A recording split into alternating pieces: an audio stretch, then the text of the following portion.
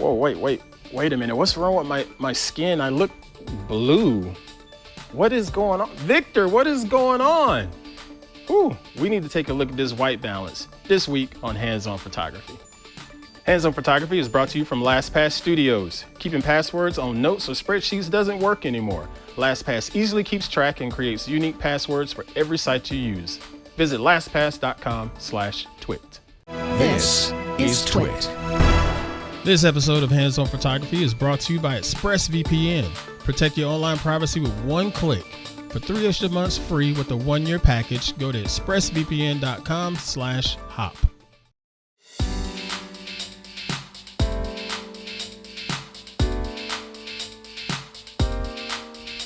Hey everybody, I'm Pruitt. This is Hands-On Photography here at TWiT.tv. Hope y'all are doing well. I'm unbelievable as always. This is the outstanding podcast I like to do each and every week to help you become a better photographer and also a better post-processor. If this is the kind of show that you're interested in and you're just getting started with photography, I highly recommend you go ahead and hit the subscribe button right now in your podcatcher of choice. Or if you feel like it and just playing around on the web, go to twit.tv/hop and you'll see all of our subscription options over there, whether it's Apple Podcasts or Spotify or even our YouTube channel. We got all the options there for you, so you will be covered. Thank you all for joining me each and every week and sharing all of the previous episodes out with all of your friends and family. Again, I started this show because I wanted to be able to share different ideas and tips and tricks that I have learned over the years with getting started with photography. I didn't go to photography school or anything like that. I just spent a lot of time playing with all of the different settings on my camera or even on my smartphone to learn the ins and outs of photography. And if I can do it, you can too. Trust me, you can. All right, so let's go ahead and get into this week's topic. We're going to talk about something that's a little bit obscure at times, and that is white balance. White balance. What is white balance? Well, if you were standing out in a park somewhere, just, hanging out with your friends or family, and you looked at the person that you're with and they had on a white shirt, your eyes are going to tell you that is a white shirt that they have on. There's no argument about it. You're able to break down and see that color there, in air quotes, is flat out white. Well, when it comes to digital photography and even video, there's some struggles with that from time to time. Sometimes things don't necessarily look white. And if things don't look white, that means the other colors in the frame are going to be a little bit off, especially when you start dealing with things like lighting.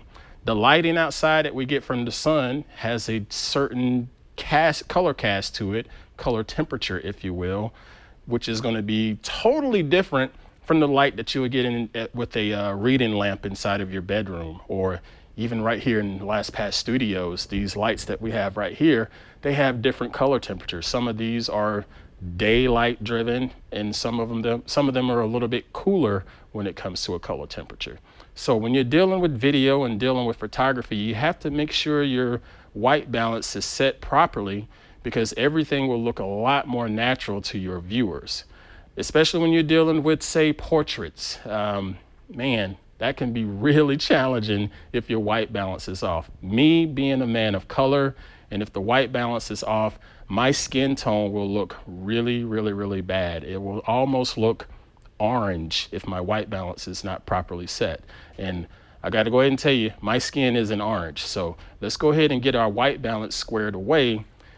Whether we have some tools that I'm going to show you right here, or show you how to do it in post-processing with Lightroom or Snapseed or any photo editor that's out there. They all have a white balance tool built right into them. This episode of Hands-On Photography is brought to you by ExpressVPN. When you're at home, your online activity can still be traced in incognito mode. That's why when I'm home, I never go online without ExpressVPN. ISPs can't see what sites you visit, and your data is 100% encrypted. So protect your online activity today with the VPN that I trust to secure my privacy. Visit my special link at expressvpn.com/hop, and you can get an extra 3 months free on a 1-year package. That's expressvpn.com/hop. Again, that's expressvpn.com/hop to learn more. What I have here on my desk is called a gray card. What exactly is a gray card? A gray card is just a piece of fabric. In this case, this is an 18% gray round disc, about 6 inches wide or so in diameter. And you use this when you're trying to get ready for your actual photo shoot. If you're doing a portrait session or whatever, ideally you'd like to get your model to hold this disc in the middle of the shot to get everything started. And after you take that first shot, you're able to mark your white balance based off of this gray disc. All of your software that you're going to use for post-processing, they figure out the proper white balance based on gray or based on white. Ideally, you can just go with the neutral color, which is generally 18% gray. I don't care if it's Lightroom, I don't care if it's Google Photos. There's a white balance option built in. Today, we're going to deal with using Lightroom to work with white balance. Now, there's another thing that you have to consider, the actual camera that you're using. Now, this is my DSLR, and I have custom white balance set on my camera. I didn't set it up to use one of the standards daylight settings or a tungsten setting or anything like that, because in my experience, after shooting with my camera a gazillion times, I learned that my camera likes to really saturate the colors, number one, and it typically likes to shoot everything in a much warmer color science, if you will. So a lot of times I'd go and shoot a portrait for someone and it looks like it's having a golden light shining on them because it's just warming up the scene. So I had to learn over time to turn down the color temperature on my camera to something custom, to something that I'm going to work with more, a little bit more efficiently. All right. So what we're going to do is take a couple test shots with my camera, and I'll show you here on Lightroom because I have my camera tethered to the laptop, and I'm just going to take some test shots and give you a bit of a comparison between a standard white balance of being daylight at 5600K versus something a lot cooler, what I would like to shoot in. So we'll go ahead and open up Lightroom, and I'm going to set my white balance right here because I've already talked about tethering from the laptop. I'm just going to make sure it says automatic. Then I'm going to look at my DSLR on my desk, and I'm going to smile and take the shot. All right. So now it should pop up in Lightroom, and let's see, I should look pretty good. Yep, I do. I look great. So now I'm going to change the white balance here again to something cooler, something like tungsten. This would be closer to the white balance that I typically shoot at, something that's a lot cooler. And I'm going to click the shutter again, and it's going to do a 2-second countdown. All right. Shot is done, and we pop back into Lightroom, and we should see our two different images. Now, so let's compare these two. The first one is shot a lot warmer, okay, and then the next shot a lot cooler. Look at the difference in my skin tone. On the cool shot, it looks like I'm standing outside somewhere in just a cooler, frigid area, if you will, versus the studio shot that's set to proper daylight setting here under all of these studio lights. This looks way more natural. Now, we have this gray card. So let's say you're in a shoot and you have to, make sure everything is calibrated just right for your shoot. I will take the gray card and I'm gonna take another shot, and I'm gonna keep it set to the tungsten just to show you how your software is going to make the adjustment for you. So I'm gonna stare at the screen, look at the camera, and snap the shot. Okay, so now on the screen, you'll see my little gray card, and it's already at a lot cooler image. But if I wanted to go ahead and fix this white balance to make it a lot better, I can just open up the white balance color picker here and click on this gray, just like that. And watch what happens when I click it. Boom, it warmed it up to be perfectly natural. And another good test is look at the white in my t-shirt here. The white actually looks white. I'm just gonna undo what I just did, and you'll see the difference. See, notice the white on my t-shirt has sort of a blue color cast to it.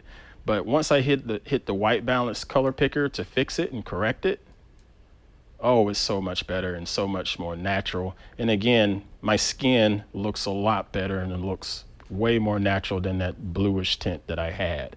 And you can do this for any image that you have.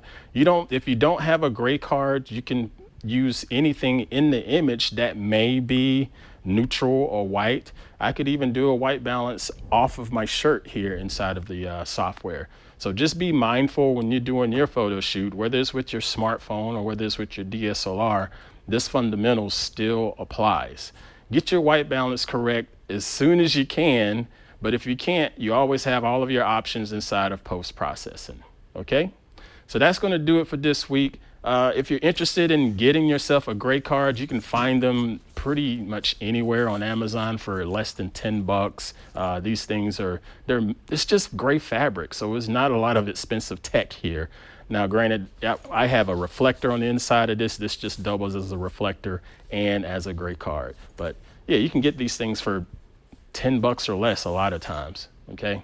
All right, so now we're gonna go ahead and get on up out of here. Thank you all for watching this week's episode of Hands-On Photography. I appreciate all of the continued support. I hope everyone out there is healthy and staying safe during these very, very interesting and bizarre times that we continue to deal with. Just keep taking care of yourself, folks. It really does make a difference in if we can just sort of continue with the proper plan of our social distancing. Have some fun taking some photos of your family and friends at home, your pets, some plants. Just keep getting your practice in. Go back and download the previous episodes of Hands-On Photography and just treat it as yet another master class and just spend some time going through them and practicing everything that we talked about on all of the previous episodes as we continue to build up to this current episode. Be sure to tell all your friends and family to go and subscribe to the show. That's twit.tv/hop. And if you're interested in having a little bit of chatter and some critiques, you can email me at hop@twit.tv. I'll be more than happy to take a look at your photos and share my thoughts with you. All right, folks, that's going to do it again. Catch us each and every Thursday here at twit.tv. Now, you go on out there and create and dominate. I'll catch you later.